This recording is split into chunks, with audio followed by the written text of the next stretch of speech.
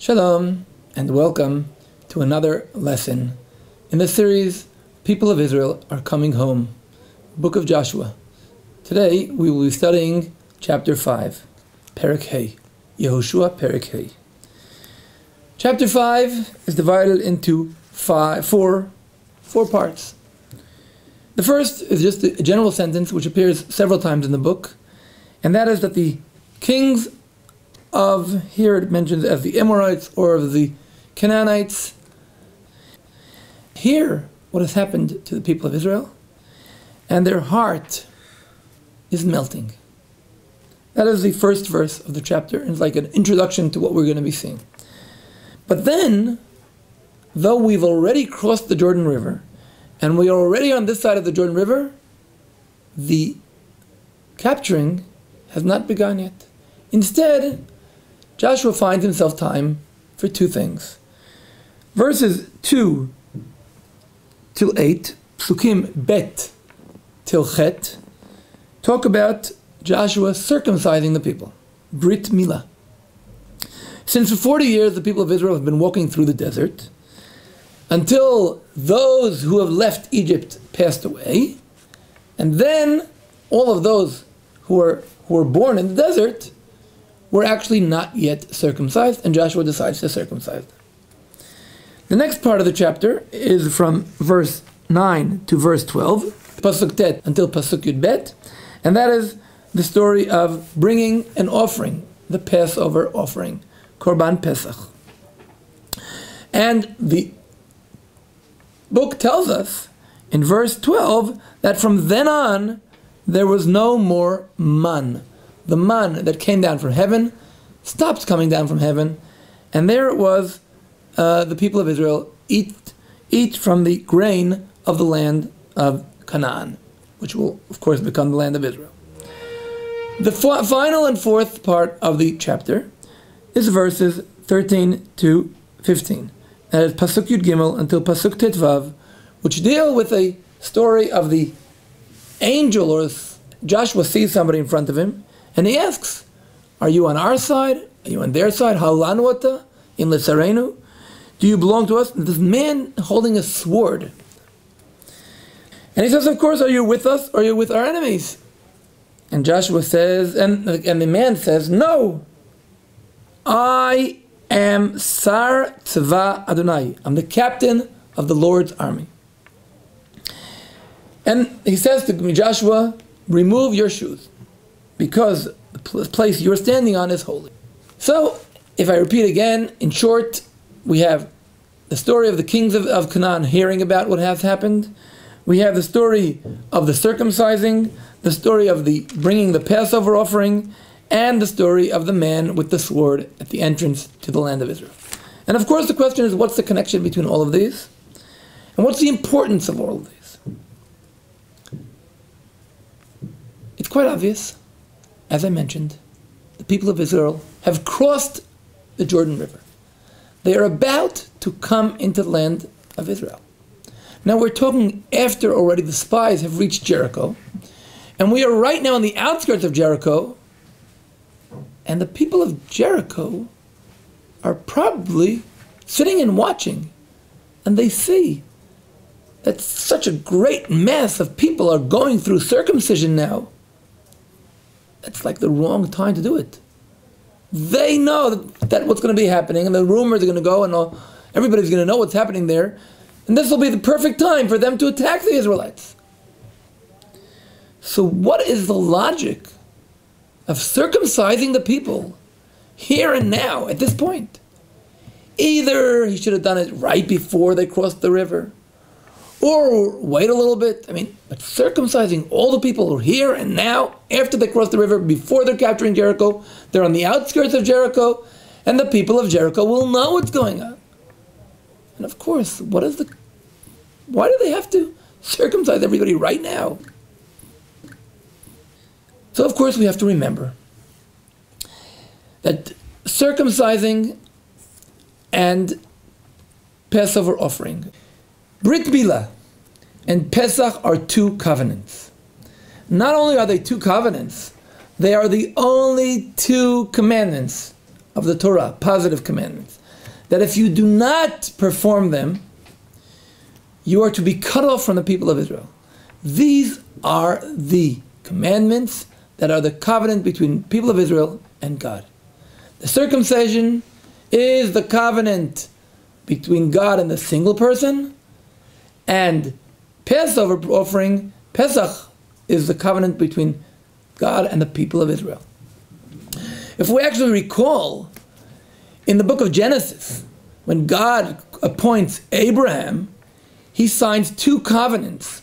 One with the animals, and he talks to them about taking the people of Israel out of Egypt, which is compared to the covenant of the Passover. And the other is the circumcision, where God tells Abraham to circumcise his whole entire family. And these are the two covenants between God and the people of Israel, between God and Abraham, between the God of Abraham and the people of Israel. So when they are about to enter the land, the only way they can be rewarded with the land is if they recall that entering the land is a covenant between the people and God. But I want to understand a little more deeply. What was the commandment of the offering of Passover? The offering of Passover was when the people of Israel were slaves in Egypt. Their masters are all around them. And God tells them to take the God of Egypt, to take a sheep or a goat, to tie it to their bed for 4 days, so that anybody who wants to know what's happening asks them, what are you doing with this sheep, with this goat? And they are to say, I am preparing an offering for God. What does this mean? This is an expression of freedom. So as the people of Israel are there under their masters, the Egyptians, they're here to say, we are not slaves in our soul to Egypt. We are free people to serve God. As they're entering Israel, as they're entering the land of Israel, they are circumcising themselves in front of the eyes of the people of Jericho, who know that they're about to enter the city of Jericho. And they are expressing another point. Here we are, servants of God. We are a free people. We don't have any fear, because God has promised us the land, because we are here not in our own name, we are in here expressing our faith in Hashem. We are here expressing that the land belongs to us only under the covenant between man and Hashem. Only under the covenant between the people of Israel and their chosen God, who chooses them.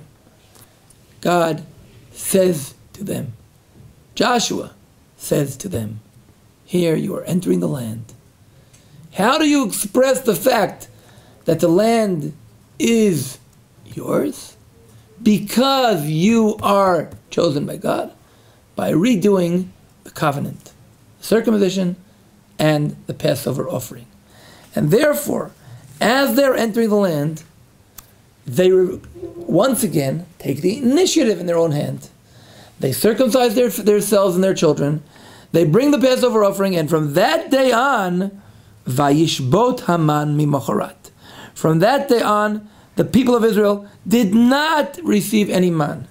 What did they eat? Here we have verse 11 and verse 12.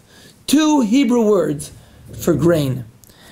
In verse 11 it says, Vayochlu me'avur haaretz. They ate from the grain of the land. In verse 12 they said, Vayochlu mitfuat eretz Canaan. They ate from the grain of the land. What is the difference between avur and tvuah? There is a very great difference. Avur, from the Hebrew root avar, past. At the beginning, in that first year, they ate from the grain that they didn't plant by themselves. They ate from the grain which they found in the land. Then the man stops coming down. They have brought the offering of the Passover. They have circumcised themselves. They have expressed themselves that they are free people, and they understand and they recognize the fact that Here they are as the people of God. Then, from then on, they eat mitvu'at haaretz. Tvu'ah is from the Hebrew word bo, to come, the future. They will be eating from the future grain. Here we reach the final part of this first chapter. Verse 13 till 15. Pasuk Yud Gimel to Tedvav, and it's a very strange story. Joshua is on his way to Jericho. He raises his eyes and he sees a man with a sword. And the man says, and Joshua is frightened, and then Joshua says, "Are you from our side or are you from the enemy's side?" And the man says, "I am the captain of the army of God. I just came." It doesn't really answer the question. Joshua falls down on his face, bows down and says, "What do you want?" And he says, "Remove your shoes." That's the whole story. That's what you came for? To tell him to remove his shoes? What is the whole concept here? It's very interesting to point out two things. When Adam was sent away from the Garden of Eden, it says that God put at the entrance of the Garden of Eden kruvim, which are angels, and a sword.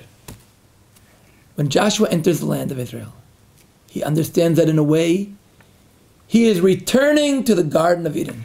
The land of Israel is returning to the place where God had appointed man.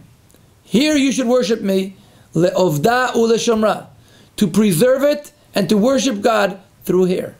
They are coming to the land of Israel. They are coming back to the Garden of God. They are coming back to the Garden of Eden. That's the first thing.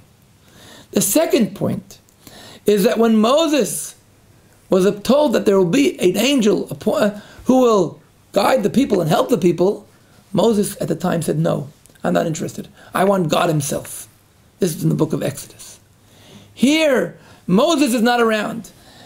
God's leadership in Israel is through man's action. And here we have a very interesting point.